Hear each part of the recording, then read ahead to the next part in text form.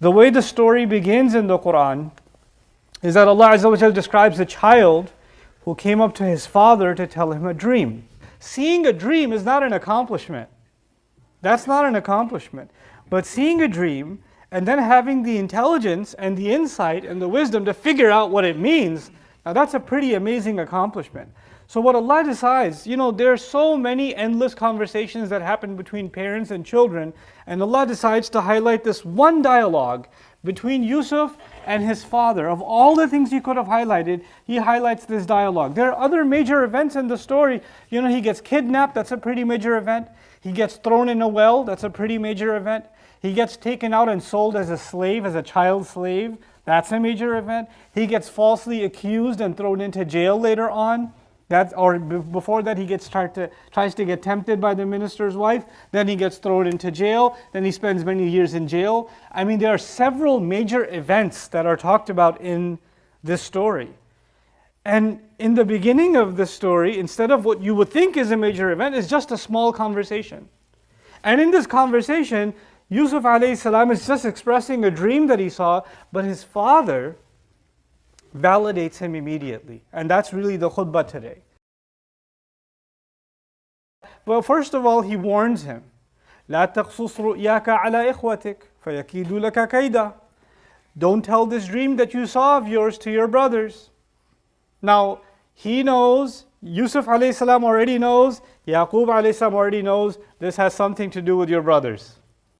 Don't tell your brothers. I know they're part of this dream. You already know that too. Don't talk about this to your brothers. They already have a jealousy problem.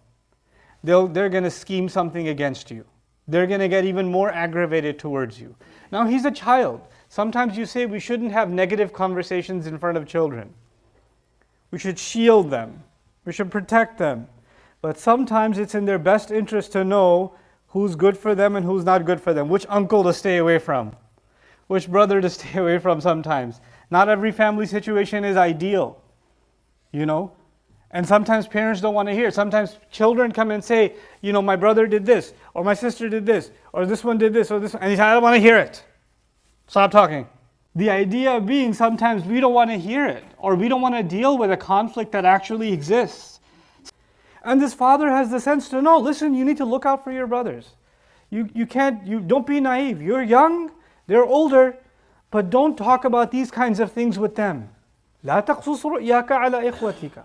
Because they might hurt you in some way. And it's not their fault entirely. إِنَّ الشَّيْطَانَ لِلْإِنسَانِ عَدُوٌّ مُبِينٌ. The devil is a pretty big enemy, pretty open enemy for human beings. The devil can come anywhere. The devil's not just there between you and some stranger. The devil wants to destroy family relationships. He wants to create animosity between brother and brother, brother and sister, father and son, mother and child, mother and daughter, mother and son, etc. These family relationships is where the shaitan is active. That's what he wants to destroy first. What's the best way to destroy humanity? Destroy the unit that holds humanity together. The unit that holds humanity together is the family. So the shaitan is most active in the family. He's most active between parents and kids. He's most active between husband and wife or siblings.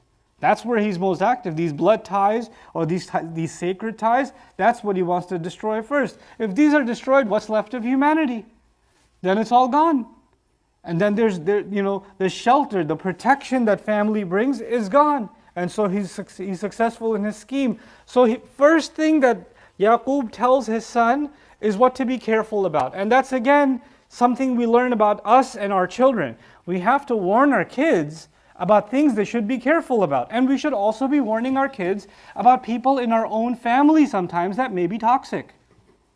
That's important. It's actually a sunnah of a prophet now. It's a sunnah so important it was recorded in the Quran. And if this surah in the beginning teaches us anything, is that family is not necessarily a safe place. His own brothers are the ones that kidnapped him, isn't it? His own brothers are the ones that threw him in a well. His own brothers are the ones that were trying to kill him.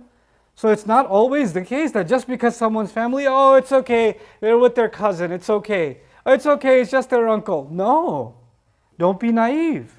That's something even the Quran is telling us in very explicit terms.